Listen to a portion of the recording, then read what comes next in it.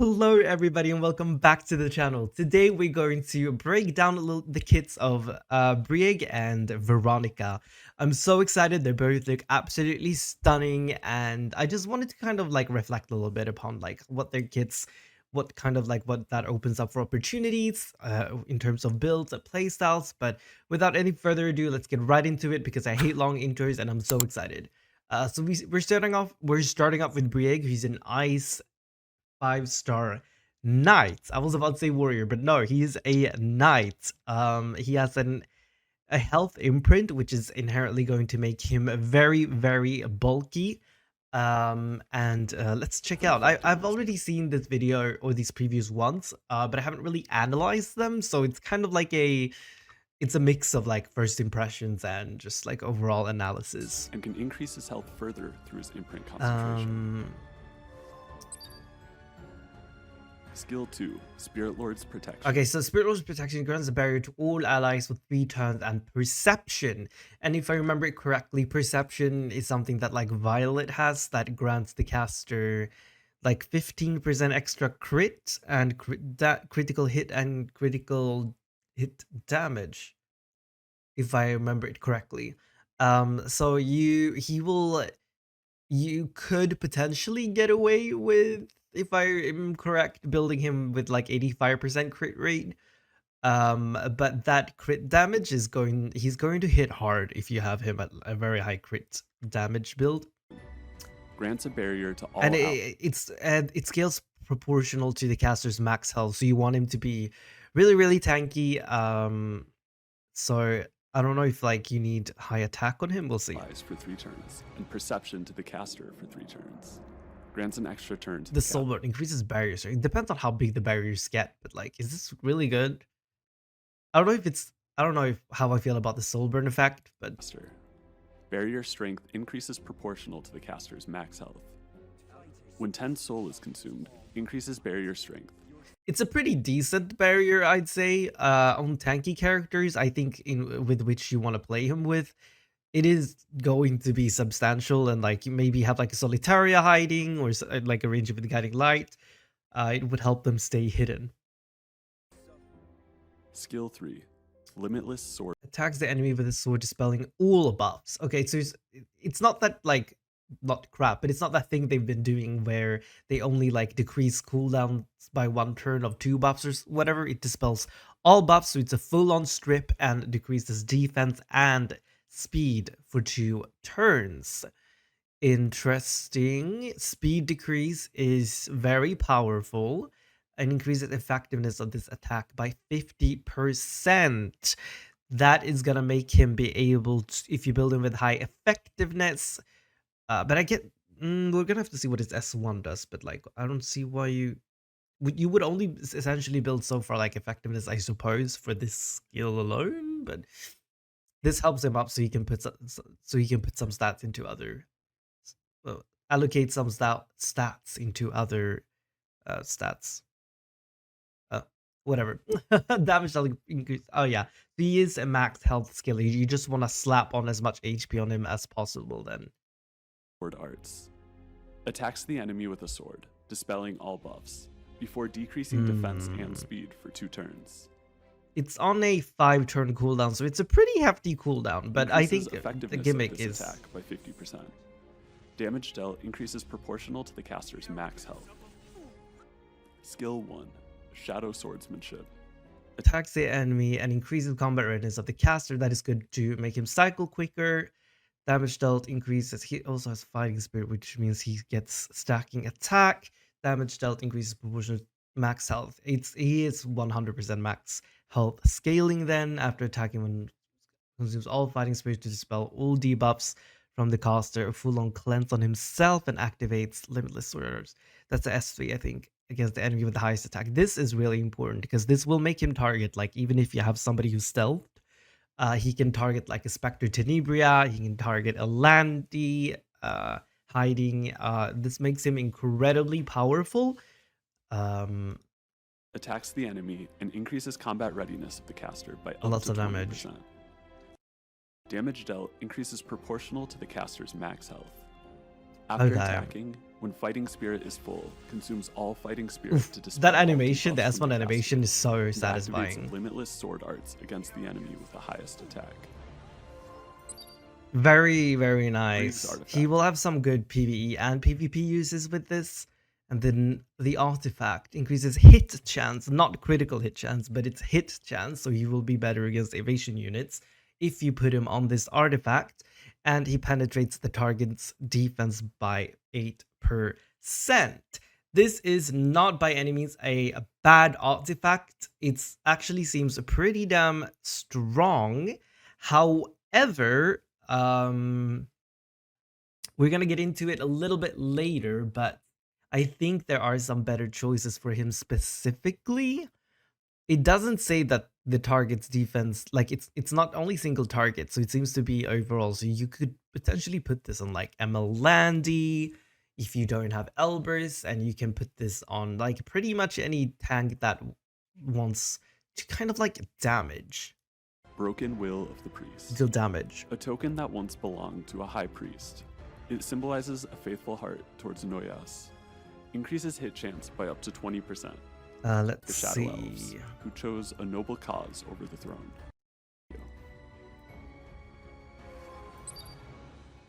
We don't need to see the PvE usage, but he is.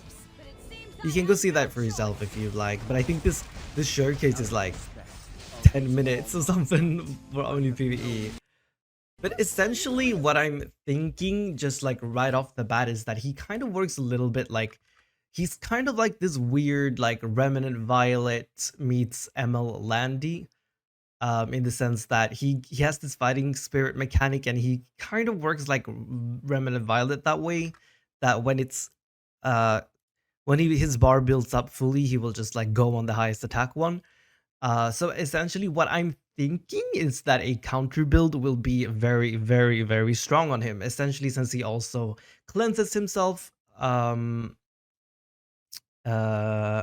So basically a counter maybe like HP or effect resist would be very strong on him. And he will just target the person with the highest attacks. In this case, oh yeah, like I said before, the Spectre Tenebria, he will just go on and kind of obliterate. A lot will depend on his multipliers, of course, but building him with an Elbrus Ritual Sword on a counter set will make him essentially into kind of a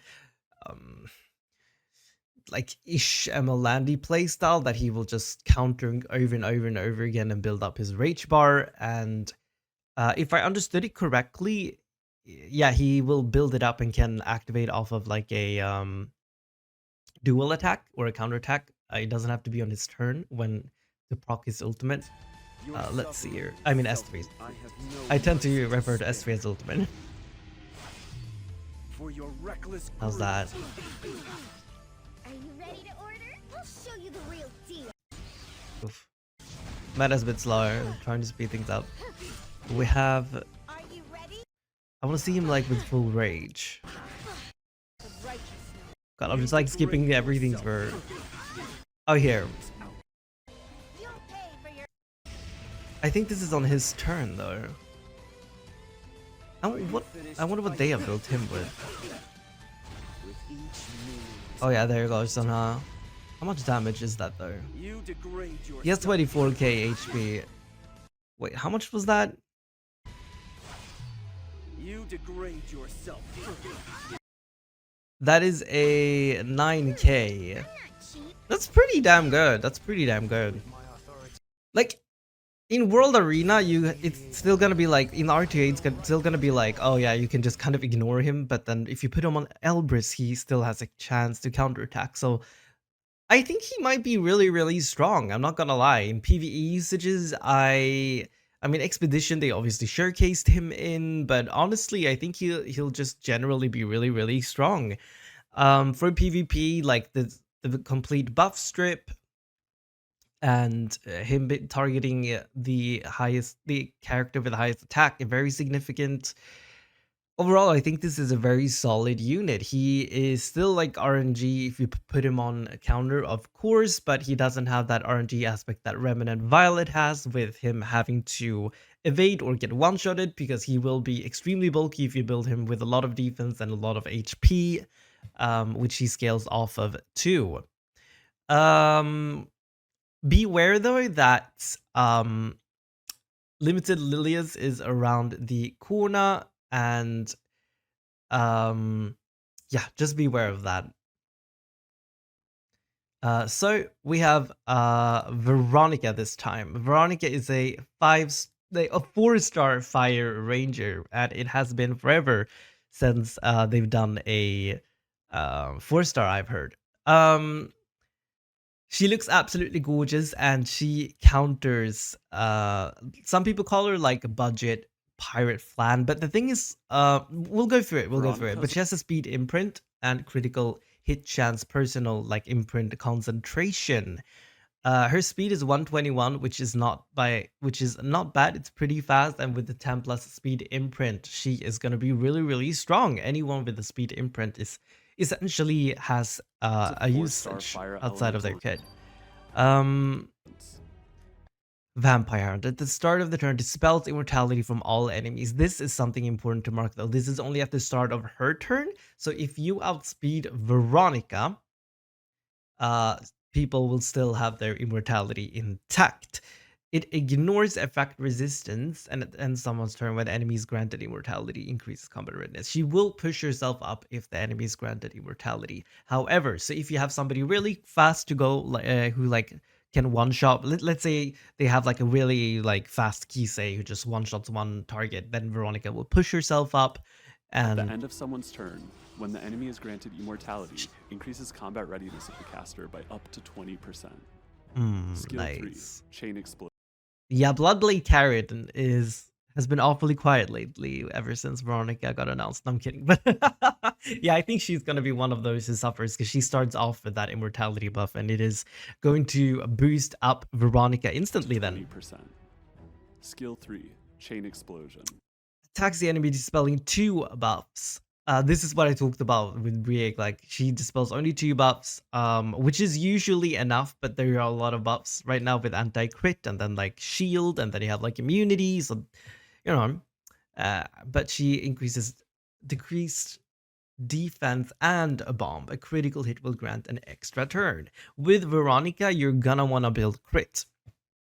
This essentially means that Summer Isaria's artifact will not work on Veronica since she crits, and that doesn't really work on the bomb artifact.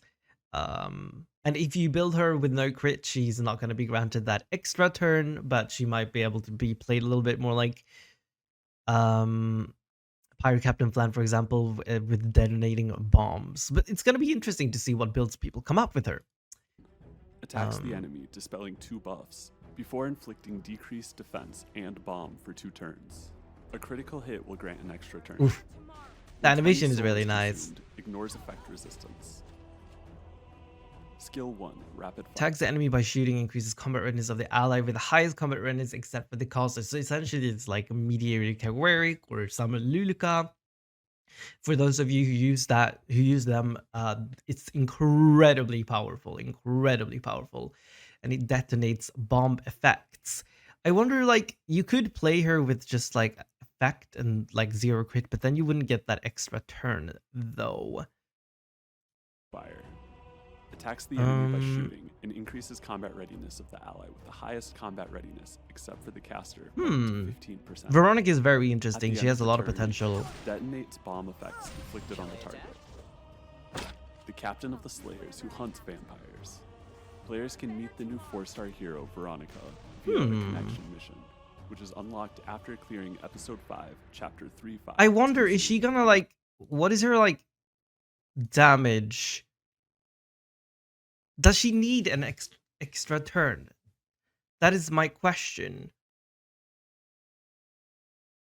I suppose like what the gimmick is that she's supposed to like burst somebody down and then they get their immortality, but because she gets an extra turn, she can then strip the immortality and then just one poke them. Kind of like Kairon or like Abigail, so kind of that type of playstyle. However, I've seen lots of people be like, oh yeah, she's gonna be like so weak against like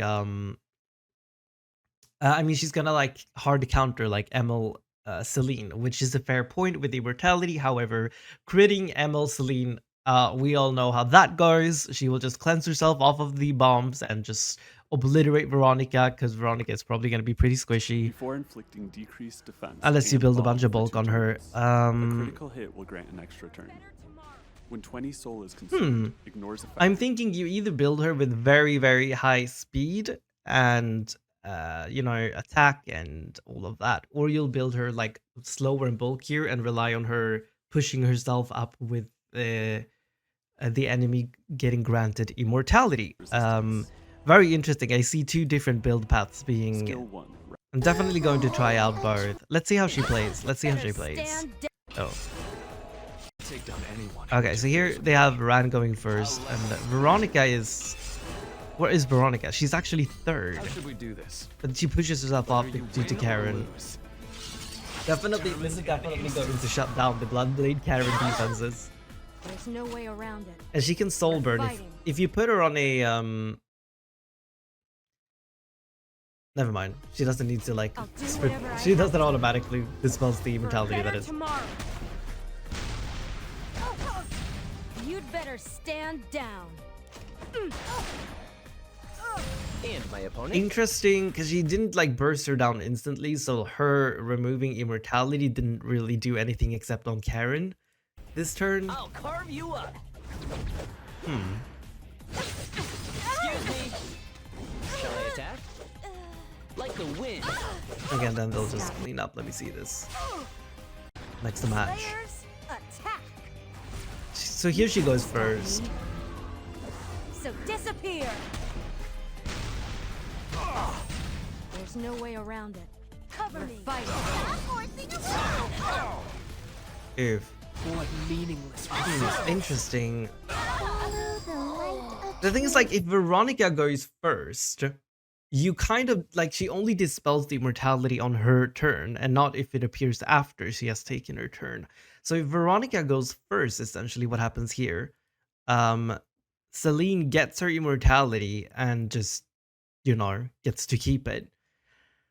So I think it's a little bit of a weird showcase in my opinion, because she's played very weirdly and she doesn't really do anything here that other units wouldn't do better, but I do think we need, as a community, a lot of experimentation with this unit, but I think she has some very, very cool potential, and her pushing herself up is very interesting. Yeah, I'm leaning towards building, because like the thing is, like, even with, I don't know, multipliers can always change. Arunka preview throwback, but essentially if she doesn't have the damage to take a unit down and proc their immortality, she essentially she will push herself back up again to take a turn, but I don't know, it feels like her function should be to go after somebody who can burst them down. Maybe like if a Faithless Litica here, for example, went first and procced Pavel shoots Celine gets the immortality, whatever. But yeah, I'm overall really, really, really excited for this chapter. I have high hopes. I think Smilegate is doing an amazing job, and I hope you guys are as excited as I am. So tell me in the comments down below, will you be pulling for Brieg, and are you excited for Veronica? Veronica is obtainable through connections, so you essentially get her for free after completing a few tasks. But for now, I wish you all a very, very good day and enjoy the anniversary, and I will see you next time. And if you haven't already, please consider leaving a like and a comment, and subscribe if you haven't already. Socials are down in the description if you would like to join the Discord community, and I will see you next time. Bye bye.